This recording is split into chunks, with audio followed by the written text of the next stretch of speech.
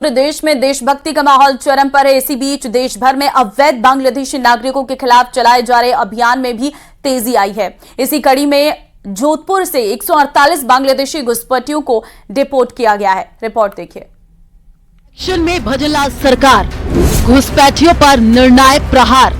भजनलाल सरकार ने बांग्लादेशी घुसपैठियों पर तगड़ा एक्शन लिया है। सरकार ने 1000 से अधिक बांग्लादेशियों को गिरफ्तार किया है। इन्हें डिटेंशन सेंटर में रखा गया है। ऐसी एक तस्वीर आपके टीवी स्क्रीन पर है। जोधपुर में मंडोर स्थित ग्राम सेवक प्रशिक्षण केंद्र में एक डिटेंशन सेंटर बनाया गया है, जहां जरूरत पड़ने पर उन संदिग्ध बांग्लादेशियों को रखा जा सकता है जो फर्जी पहचान पत्रों के जरिए प्रदेश में रह रहे थे। देख सकते हैं कि इस सेंटर के अंदर उन 150 जो पहली खेप आने वाली है उनको रखे जाने की जो है सूचना है। बताया जा रहा है कि यहाँ पर जो है वो तमाम सुविधाएं और व्यवस्थाएं की गई है जहाँ पर लोगों को रखा जा सकता है। ये पूरी तरह से सुरक्षित है। प्राप्त जानकारी के अनुसार अलग अलग जगह से अलग अलग खेप में यहाँ पर जो है अवैध घुसपैठिए बांग्लादेशी आएंगे।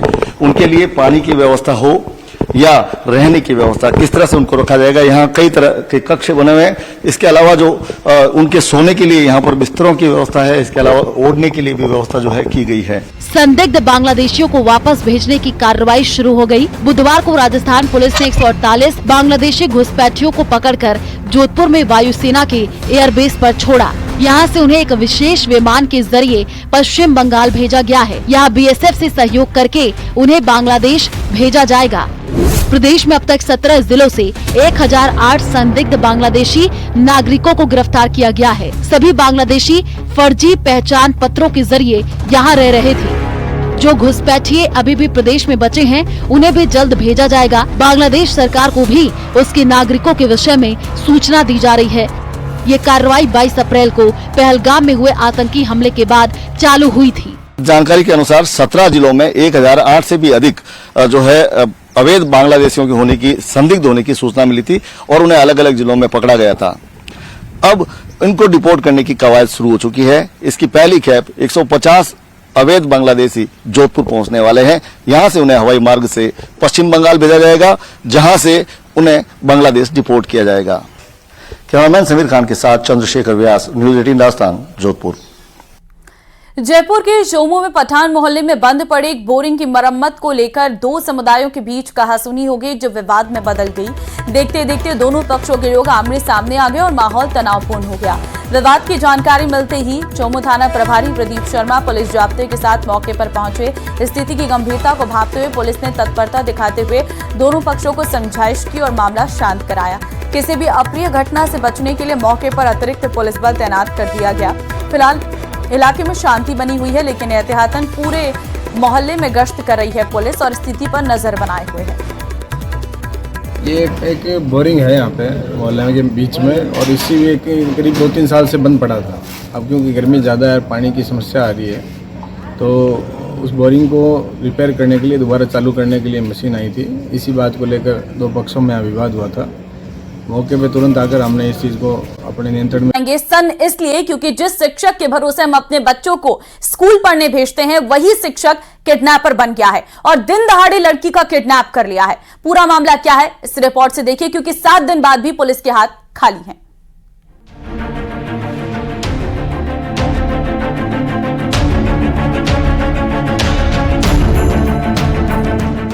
गुरुजी की शर्मनाक करतूत, दिन दहाड़े छात्रा का अपहरण, 7 दिन बाद भी पुलिस के हाथ खाली, स्कूल पर ताला, प्रदर्शन भारी।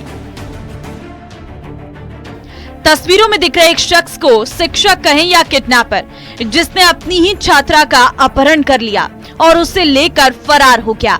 घटना को लेकर परिजनों और ग्रामीणों ने 7 दिन पहले थाने में मुकदमा दर्ज कराया था, लेकिन अभी तक पुलिस के हाथ छात्रा का कोई सुराग नहीं लगा। आरोपी धनपाल मीणा सरकारी शिक्षक है और अमराबाद स्कूल में पोस्टेड है।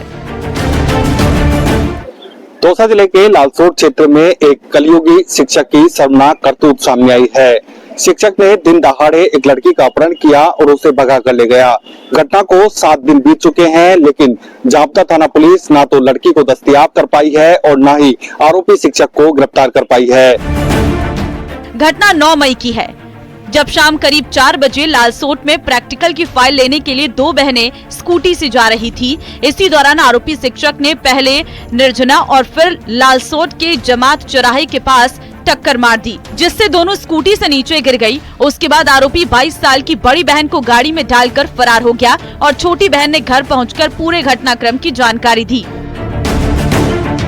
पीड़ित परिवार ने थाने में शिकायत दी, लेकिन पुलिस ने न तो अब तक आरोपी को पकड़ पाई है और न ही लड़की को दस्तयाब कर पाई। उधर गुस्साए ग्रामीणों ने अमराबाद स्कूल के सामने धरना प्रदर्शन किया और स्कूल पर ताला जड़ दिया। लास्ट कंडीशन ऐसी आ गई कि उसको यहाँ से लेके भाग गया और उस एफआईआर को 9 तारीख की एफआईआर कराई हुई है। आज तक वो अरेस्ट नहीं हो रहा है, शिक्षा उसको सस्पेंड नहीं कर रहा है, शिक्षा डिपार्टमेंट उसको डिसमिस फ्रॉम सर्विस करे या उस पर कोई कानून किया है। तो आज उसे इनके माँ बापों ने ऐसा आत्महत्या का वो कर लिया कि हम आत्महत्या कर जाते, इस देश में मरने का सिवाय कोई काम नहीं बचा। ग्रामीणों के प्रदर्शन की सूचना पर लालसोट के एएसपी पुलिस जाब्ते के साथ धरना स्थल पर पहुंचे और ग्रामीणों से समझाइश की। मामले को बढ़ता देख शिक्षा विभाग के आला अधिकारी भी पहुंचे, लेकिन ग्रामीण आरोपी की गिरफ्तारी की मांग पर अड़े रहे। लेकिन बड़ा सवाल ये खड़ा होता है कि दिन दहाड़े एक लड़की का अपहरण होता है और पुलिस 7 दिन बाद भी कोई सफलता हासिल नहीं कर पाती है। आशीष शर्मा, न्यूज़ 18, दौसा। और जालौर से बड़ी खबर, इस बार राजस्थान में मानसून सामान्य रहेगा। राजस्थान के लिए इस बार मानसून की खबरें बेहद सुकून देने वाली है। मौसम विभाग ने पूर्वानुमान जारी किया है कि साल 2025 में भी फिर से मानसून जमकर मेहरबान होने वाला है। इसके साथ ही इस बार समय से पहले मानसून आने के भी आसार नजर आने लगे हैं। प्रदेश में मानसून की दस्तक होने वाली है। मौसम विभाग के ताजा अपडेट के मुताबिक इसी महीने यानी मई के अंतिम हफ्ते में मानसून के आने का अनुमान लगाया जा रहा है। मानसून के आने की वजह दक्षिण पश्चिम मानसून की गतिविधियां देश में समय से पहले शुरू हो गई हैं। मौसम विभाग के मुताबिक 30 मई तक बंगाल की खाड़ी से उठने वाला दक्षिण पश्चिम मानसून सक्रिय हो सकता है और 18 से 20 जून के बीच राजस्थान में प्रवेश करने की संभावना है।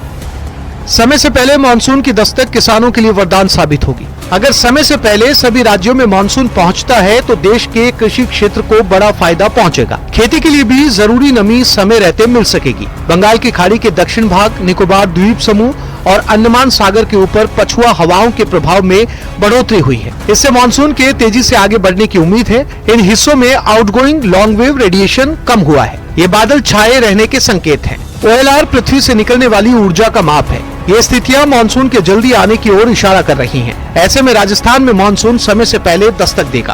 प्रदेश में आमतौर पर मानसून 25 जून के आसपास आता है, यानी इस बार ये 5 से 10 दिन पहले दस्तक दे सकता है। मौसम विभाग का अनुमान है कि जुलाई से सितंबर के बीच राज्य में 457.4 मिलीमीटर बारिश हो सकती है। पिछले साल 2024 में भी प्रदेश में औसत से कहीं ज्यादा 678.8 मिलीमीटर बारिश दर्ज की गई, जो कि सामान्य बरसात से लगभग 56% ज्यादा थी। इस बार भी अल नीनो की कमजोर स्थिति और बंगाल की खाड़ी के ऊपर बने मौसमी बदलाव सकारात्मक संकेत दे रहे हैं। OLR में आई गिरावट और पछुआ हवाओं की सक्रियता ये बताती है कि मानसून देश में तेजी से आगे बढ़ेगा। मई महीने के अंत तक फिर से हालात की जांच कर मौसम विभाग एक सटीक आंकड़ा और जारी कर सकता है, जिसमें जून से लेकर सितंबर तक सटीक आंकड़े जारी किए जाएंगे। मौजूदा हालात के मुताबिक इस बार पूर्वी राजस्थान में बारिश का ज्यादा असर देखने को मिलेगा। देखिए, मानसून का जो first stage long range forecast मौसम विभाग की तरफ से दिया गया है, इसके हिसाब से पूरे प्रदेश में इस बार एक अच्छा मानसून का फोरकास्ट है। सामान्य से 5% ऊपर यानी 105% औसत से बारिश का भी पूर्वानुमान है। राजस्थान के लिए भी यदि देखें तो क्षेत्रवार जो अपडेट है, इसके हिसाब से भी ज़्यादातर इलाके ऐसे होंगे जहाँ पे नॉर्मल रेन हो सकती है और कुछ इलाके ऐसे भी हो सकते हैं जहाँ पे सामान्य से ऊपर भी बारिश हो। वेस्ट राजस्थान में ज़रूर कुछ इलाके इंडिकेट हो रहे हैं जहाँ पे कहीं कहीं कुछ लोकलाइज्ड एरिया में बिलो नॉर्मल रेन भी हो सकती है। कृषि, जल संरक्षण और जनजीवन के लिए खबर किसी संजीवनी से कम नहीं। उम्मीद है कि समय से पहले आने वाला मानसून प्रदेश के जल स्रोतों को भर देगा, कृषि उत्पादन को बढ़ाएगा और तापमान में गिरावट लाकर राहत देगा। अब देखना है कि मानसून इस उम्मीद पर कितना खरा उतरता है। लेकिन फिलहाल राजस्थान के लिए खबर खुशखबरी है और सकारात्मक ऊर्जा से भरपूर। जो पूर्वानुमान जारी किए गए हैं इसे और सटीक तरीके से जानने के लिए मई के अंत तक या फिर जून के पहले सप्ताह में एक और पूर्वानुमान लिया जाएगा, जिसमें राजस्थान में हर महीने के हिसाब से, हर इलाके के हिसाब से बिल्कुल सही गणना जारी कर दी जाएगी कि कहाँ कहाँ कितना पानी बरसने वाला है। कैमरा पर्सन अविनाश के साथ में अरबाज अहमद, न्यूज़ 18 के लिए जयपुर से। और अब खबर झुंझुनू से है, जहां चिड़ावा रेलवे स्टेशन पर रात को एक खाना बदोश परिवार ने जमकर हंगामा किया। नशे में धुत एक व्यक्ति ने स्टेशन परिसर में शोर मचाना शुरू किया। स्टेशन स्टाफ के मना करने पर वो और उसके साथ मौजूद महिला भड़क गए। दोनों ने गुस्से में आकर कंट्रोल रूम के दरवाजे पर पत्थर फेंके और हाथों से वार किए। इस दौरान दरवाजे के शीशे टूट गए। घटना से स्टेशन पर मौजूद यात्री और स्टाफ डर गए। पुलिस मौके पर पहुंची लेकिन कोई कार्रवाई किए बिना वापस लौट गई। यात्रियों और स्थानीय लोगों ने इस घटना पर नाराजगी जताई है। रेल यात्री संघ और नगरवासियों ने रेलवे स्टेशन पर सुरक्षा बढ़ाने की मांग की है। साथ ही असामाजिक तत्वों पर कड़ी कार्रवाई की भी मांग की गई है।